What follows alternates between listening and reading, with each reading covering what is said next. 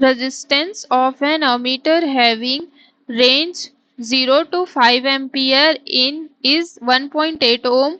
It is shunted by a resistor of 0.2 ohm. What is the effective current when the pointer reads 2 ampere? इस question में बोल रहा है कि एक अमीटर है जिसका जो एक रेजिस्टेंस ऑफ एन अमीटर, एक अमीटर का रेजिस्टेंस है 1.8 ओम एंड वो अमीटर रीड कर रहा है 5 एम्पियर करंट और शंटेड बाय रजिस्टर, एक शंट रजिस्टर है 0.2 ओम। और तो ये फाइंड आउट करने बोला है कि इफेक्टिव करंट क्या होगा जब पॉइंटर 2 एम्पियर का करंट रीड कर रहा है। तो इस क्वेश्चन में हमें क्या क्या गिवन है, हमें गिवन है मीटर का करंट गिवन है, मीटर करंट या इसी को हम लोग अमीटर करंट भी बोल सकते हैं। I M is equals to 5 ampere. उसके बाद गिवन है हमें मीटर का रेजिस्टेंस, अमीटर का, अमीटर लिख लेते हैं, ammeter resistance, ammeter resistance R M is equals to 1.8 Om.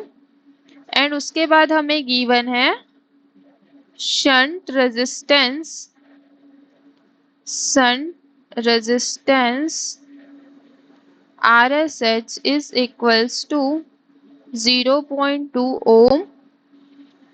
Then हमें I इफेक्टिव फाइंड आउट करनी है जब पॉइंटर रीड्स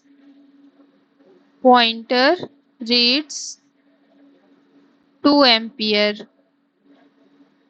तो हम लोग देखते हैं यहाँ पे जो है क्वेश्चन है वो क्वेश्चन है हमारा enhancement of the ammeter reading, या उसको हम लोग बोलते हैं, इसको हम लोग बोल सकते हैं range enhancement of ammeter. Range enhancement of ammeter में क्या होता है, इसमें होता है कि जो RSH की वैल्यू होती है, मीन्स शंट रेजिस्टेंस की जो वैल्यू होती है वो होती है RM डिवाइडेड बाय M-1। इसका डायग्राम हम लोग देख लेते हैं एक बार। ये अमीटर होता है, यहाँ पे होता है शंट रेजिस्टेंस और इधर होता है लोड। ये है हमारा लोड। तो यहाँ पे जो करंट होता है अमीटर में, इसको बोलते हैं अमीटर करंट। और ये जो होता है ये टोटल सर्किट का करंट होता है। तो ये डायग्राम है हमारा रेंज एनहेंसमेंट ऑफ अमीटर। तो यहाँ पर से हम m की वैल्यू फाइंड आउट करेंगे तो M-1 is equals to RM by RSH होगा, जहाँ पे RM की वैल्यू है 1.8, RSH की वैल्यू है 0.2। तो यहाँ से m की वैल्यू हो जाएगी हमारे पास 1.8 divided by 0.2 plus 1 which is equals to 10। इसका मतलब हमें जो मल्टीप्लिकेशन फैक्टर जो मिला,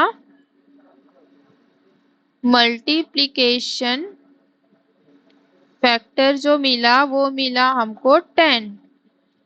और हमें क्वेश्चन में बोल रहा है कि अगर पॉइंटर 2 एम्पियर रीड कर रहा है तो उस टाइम पे हमें इफेक्टिव करंट की वैल्यू फाइंड आउट करनी है। तो हम लिखते हैं the range of ammeter increase 10 times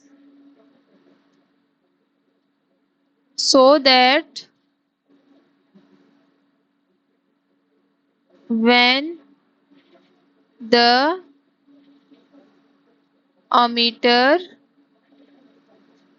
when the ammeter indicates 2 ampere, ठीक है, then the circuit current is equals to 2 into 10 which is equals to 20 ampere I effective.